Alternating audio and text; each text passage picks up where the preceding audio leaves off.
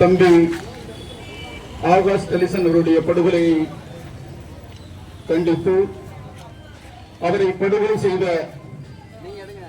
காவல்துறையை சார்ந்த 14 குற்றவாளிகளை உடனடியாக கைது செய்ய கோரியும் தொடர்ச்சியாக 57 நாட்களாக நடைபெற்றுக் கொண்டிருக்கக்கூடிய இந்த நீதிக்கான போராட்டத்தில் சமூக நீதியை வலியுறுத்தி தமிழ் தேசியம் படைக்கும் இலக்கோடு களமாடிக் கொண்டிருக்கக்கூடிய தமிழக வாழ்வுரிமை கட்சியின் நிறுவனர் தலைவர் மதிப்பிற்கும் மரியாதைக்கும் உரிய அண்ணன் முத்தமிழன் தி. வேல்முருகன் அவர்களே,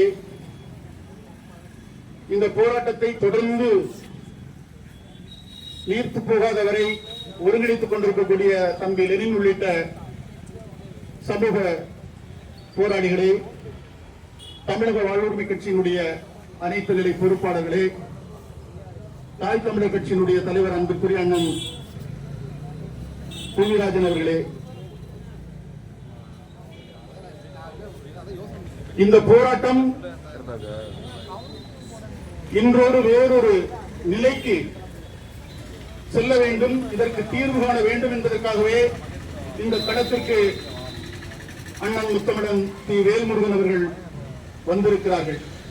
பல்வேறு அரசியல் பணிகள் நெருக்கடிகளுக்கு நடுவே தொடர்ந்து தமிழ் சமூகத்தினுடைய உரிமைக்காக குரல் கொடுத்து போராடி கொண்டிருக்கக்கூடியவர். குறிப்பாக அண்ணனை பற்றி இந்த இடத்திலே பதிவு செய்ய வேண்டிய செய்தி,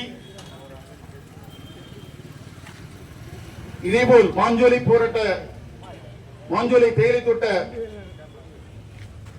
தொழிலாளர்கள் 4 தலைமுறையாகியும் அவர்களுக்கு எவ்வித வாழ்வாதாரமும் அளிக்காமல் அவர்கள் மாஞ்சோலை தேயிலை தோட்டத்திலிருந்து பலர் கீழிறங்கி வந்த நிலையில் இந்த செய்தியை அரசுக்கு எடுத்துச் செல்வதற்கு வழி தெரியாத நிலையில் அண்ணன் வேல்முருகன் அவர்களை நாடி அந்த மக்களுடைய வாழ்வுரிமைக்காக அண்ணன் நீங்கள் குரல் கொடுத்து போராட வேண்டும் என்று நாம் கோரிய போது அது தொடர்பான செய்திகளை சட்டமன்றத்தில் ஆளுங்கட்சியினுடைய சட்டமன்ற உறுப்பினர்கள் மறுத்த போதும் 7 நிமிடங்கள் போராடி அந்த உரிமை குரலை சட்டமன்றத்திலே பதிவு செய்தார்.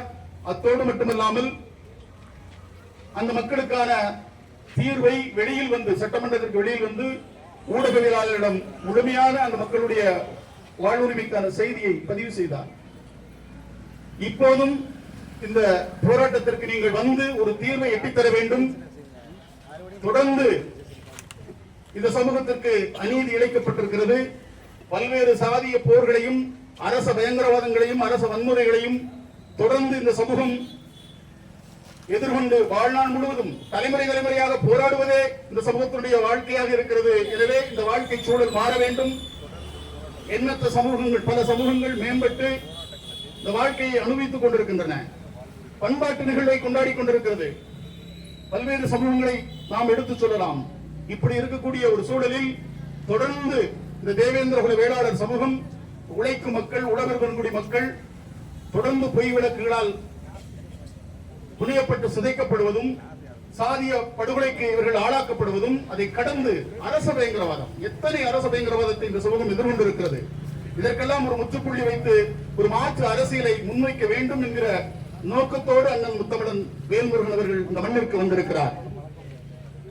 இதை இந்த சமூகம் புரிந்து கொண்டு இந்த மண்ணில் இருந்து 2026 தேர்தலுக்கு அப்புறம் நாம் ஒரு புதிய அரசியலை நோக்கி நாம் நகர வேண்டும். அரசியல் அதிகாரமே நமக்கு அரணாக அமையும். அந்த இலக்கை நோக்கி நாம் நகர வேண்டும். உதிரிகளாக இருந்து எதிரிகளுக்கு வாய்ப்பளிக்கிற அந்த நிலையை நாம் போக்கி ஓரணியாக திரண்டு அடுத்த தலைமுறை, இளைய தலைமுறை ஒரு புதிய அரசியலை இந்த மண்ணில் தொடங்க வேண்டும். அதுவே தீர்வாக அமையும். எத்தனையோ அரசியல் கட்சிகள், தலைமைகள் இருக்கிறார்கள். ஆனால் இந்த போராட்டம் நடப்பது எந்த அரசியல் கட்சிக்கும் ஏன் தெரியவில்லை? சாத்தான்குளத்தில் இதே போன்ற காவல் உசாவல் மரணம் நடந்தது. ஜெயராஜ் பெனிக்ஸ் என்கிற தந்தையும் மகனும் கொலை செய்யப்பட்டார்கள். ஆனால் உடனடியாக அவர்கள் மீது சட்டம் சரியாக பாய்ந்தது. அந்த குற்றவாளிகள் கைது செய்யப்பட்டார்கள். பிணையில் விடுவிக்க முடியாத ஒரு சூழலை அவர்கள் ஏற்படுத்தி இன்றைக்கு அவர்களுக்கு வாழ்நாள் தண்டனை மரண தண்டனை வழங்கப்பட்டிருக்கிறது. இரட்டை மரண தண்டனை வழங்கப்பட்டிருக்கிறது. அதே போல பக்கத்தில் இருக்கக்கூடிய மடப்புறம், அங்கே அஜித்குமார் என்கிற ஒரு இளைஞர் கோயில் காவலராக இருந்தவர் இதே போல காவல்துறையால் அடித்து படுகொலை செய்யப்பட்டார். அவர்கள் மீதும் இந்த சட்டம் சரியாக பாய்ந்து அந்த சட்ட நடவடிக்கை இன்றைக்கு சீராக நடைபெற்றுக் கொண்டிருக்கிறது. உறுதியாக அவர்கள் தண்டிக்கப்படுவார்கள். ஆனால் தேவேந்திர குல வேளாளர்கள் எங்கு பாதித்தாலும் அதற்கு நீதி இல்லை என்கிற ஒரு அவலம் தொடர்ந்து கொண்டிருக்கிறது. எத்தனையோ பொய் வழக்குகள். 2001ஆம் ஆண்டு என் மீது புதிய தமிழகம் தலைவர் டாக்டர் கிருஷ்ணசாமி அவர்கள் தோற்றுவிட்டார் என்பதற்காக ஒரு பேருந்து எரிக்கப்பட்டதாக என் மீது ஒரு வழக்கு போட்டு படிக்கக்கூடிய மாணவர்கள் 4 பேர் சிறையில் அடைக்கப்பட்டோம். பொய் வழக்கு என்று தெரியும், உறுதியாக காவல்துறைக்கு தெரியும். அந்த வழக்கை பதிவு செய்வதற்கு காரணமாக இருந்தவர் ராமகிருஷ்ணன் என்கிற ஒரு காவல்துறை ஆய்வாளர். ஆனால் அவர் இப்போது சிறையில் இருக்கிறார். அதைத்தான் நான் சொல்ல வர்றேன். அண்ணன் பசுபதி பாண்டியனுடைய ஆதரவாளர்களை அடித்து கொலை செய்ததற்காக அந்த அம்மா 25 ஆண்டு காலம் போராடி 30 லட்சம் தாரம் விட்டுருங்கன்னு சொல்லியிருந்தாங்க. விடல. கடந்துட்டோம், ஏடிஜிபி ஆயிட்டோம், உயர் பதவிக்கு வந்துட்டோம் அப்படிங்கிற திமிர்ல நீதிமன்றத்துக்கு இந்த ராமகிருஷ்ணன் போறாரு. ராமகிருஷ்ணன் போகையில உங்க சீருடைய கழுத்தி வச்சுட்டு நீதிபதி சொல்றாரு, தீர்ப்பு சொல்ல போறோம். கழுத்தி வச்சுட்டு போனோம்னா உனக்கு ஆயுள் தண்டனை போய் உள்ள போகணும். 9 பேர் அனுப்பினாங்க. அதே போல குருவாங்குளம் போராட்டம் 30 ஆண்டுகளாக மூடி மறைக்கப்பட்ட பரையர் சமூகத்தினுடைய உரிமைக்கான போராட்டம் தொடர்ந்து அதனால் என் மீது 3 வழக்குகள் இருக்கிறது. அந்த போராட்டத்தை முன்னெடுத்த போது சாகிர் ஹுசைன் என்கிற ஏடிஎஸ்பி ஒரு நாயக்கர் சங்க தலைவரிடம் பேசுகிறார். 28 நிமிடம் பேசுகிறார். என்னை பற்றி மட்டுமல்லாமல் என்னோடு சேர்ந்து நின்ற தம்பி சிவகுரு பரையர் எங்க 2 பேரும் பேசுறது என்னுடைய தாயை பற்றி கேவலமாக பேசுகிறார். அந்த காணொலியை இந்த நாயக்கர் சங்க தலைவர் வெளியில விட்டாரு. உடனடியாக என்னுடைய உறவினரான தேவேந்திர குல வேளாளர் சமூகத்தை சார்ந்த ஐஏஎஸ் அதிகாரி ஓய்வு பெற்றவர் ஐயா சுப்பையா தென்காசியில் அவரிடம் கெஞ்சி என்னிடம் மன்னிப்பு கேட்கிறார்கள். மன்னிப்பு நேரடியாக வந்து கேட்கிறதுக்கு முன்னாடி அந்த தகவல் தெரிஞ்சு காவல்துறை உடனடியாக அவரை விசாரணை மதுரைக்கு அழைச்சு மதுரையிலிருந்து சென்னைக்கு மாத்தி விடுறாங்க. இப்பவும் அந்த வழக்கு விசாரணையில தான் இருக்குது. நாம மன்னிப்பு காட்டினால் அவருடைய சட்டையை கலத்த முடியும், யூனிஃபார்ம் மாற்றி விட முடியும். எனவே இது போன்ற தொடர்ச்சியான பொய் வழக்குகளையும் அரசு பயங்கரவாதங்களையும் உசாரல் மரணங்களையும் இந்த ஆண்டில் மட்டும் திமுக ஆட்சியில் இந்த கடந்த 5 ஆண்டுகளில் 37 பேர் விசாரணை கைதியாக விசாரிப்பதற்கு எடுத்துக் கொள்ளப்பட்டு 37 பேர் கொல்லப்பட்டிருக்கிறார்கள். பல்வேறு சமூகத்தை சார்ந்தவர்கள், பல்வேறு தமிழ் சமூகத்தை சார்ந்தவர்கள் 37 பேர் விசாரணைக்கு அழைச்சிட்டு போய் இது சட்டத்தின் ஆட்சியா, எந்த ஆட்சி? எனவே இங்க ஒரு ஆட்சி மாற்றம், அரசியல் மாற்றம் வேணும். சரியான போராளி தலைமைகள் களத்தில் இறங்கி போராடினால்தான் அதற்கு நம்ம தீர்வு காண முடியும். எனவே இந்த போராட்டத்தை எவ்வாறு முன்னெடுக்கும்? நாளைக்கு ஒரு நேரத்துக்கு தெரிஞ்சிடும் இந்த நாட்டை யார் ஆளப்போகிறார் என்று. அவர்களுக்கு நாம் முதலில் அழுத்தத்தை சரியான அழுத்தத்தை முன்வைக்கணும். அதற்கான முன்னெடுப்பை எங்களுடைய அண்ணன் முத்தமிழன் டி. வேல்முருகன் அவர்கள் செய்வார். இதற்கு தீர்வை பெற்று தருவார். இந்த கொலை குற்றவாளிகள் தண்டிக்கப்பட வேண்டும். அதில் மாற்று கருத்து கிடையாது. யார் பக்கம் எந்த தவறு இருந்தாலும் ஒருவரை அடித்துக் கொள்வதற்கு இங்கே சட்டம் இடம்பிடிக்கவில்லை. எனவே சமூகத்தில் இருப்பதை விட நான் பார்க்கிறேன், இந்த சமூகத்தில் இருப்பதை விட காவல்துறையில் சமூக விரோதிகள், கொலைகாரர்கள், கொள்ளைக்காரர்கள் ஏராளமாக இருக்கிறார்கள். எனவே இதையெல்லாம் சீர் செய்யக்கூடிய அரசு இன்று நம்மிடத்தில் இல்லை. சீர்கெட்ட அரசாக இருக்கிறது. காவல்துறை காவல் பணிகளை செய்யவில்லை, ஏவல் பணிகளை செய்கிறது. நாட்டில் நீக்கு நிரம்ப எங்கு பார்த்தாலும் சந்து பந்தெல்லாம் கஞ்சா விற்பனை நடைபெற்றுக் கொண்டிருக்கிறது. கள்ளச்சாராயம் விற்கப்படுகிறது. இதனால் இளைஞர்கள் சீரழிக்கப்படுகிறார்கள். இந்த நிலை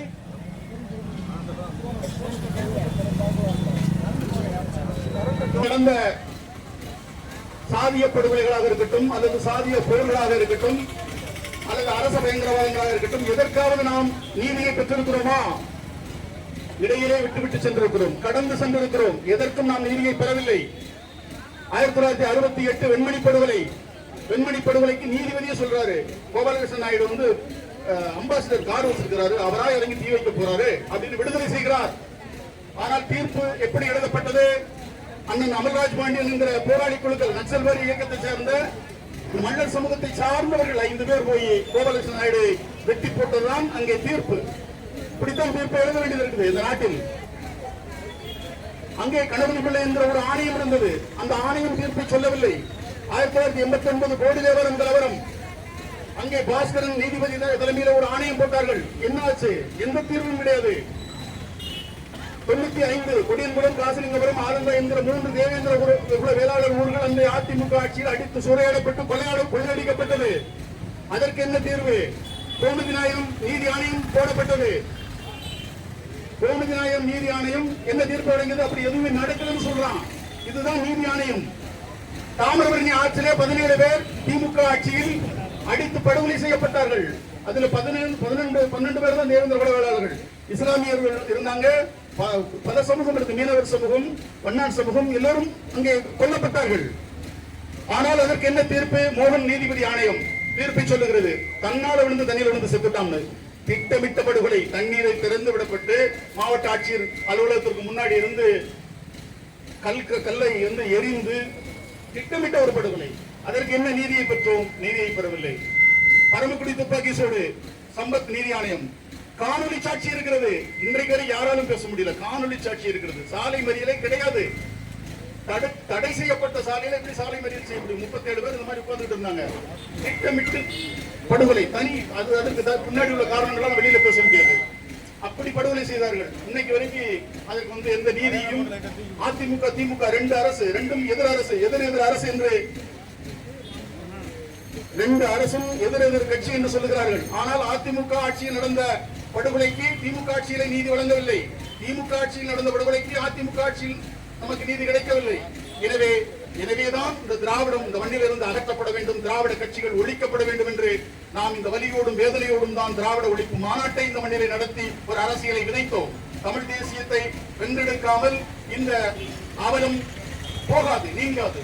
எனவே இதை புரிந்து கொண்டு மண்ணுக்கான மக்களுக்கான அரசியலை நாம் முன்னெடுக்க வேண்டும் என்று சொல்லி அண்ணன் முத்தமிழன் வேல்முருகன் அவர்கள் இப்போது உங்களோடு உரையாற்ற அழைக்கிறேன்.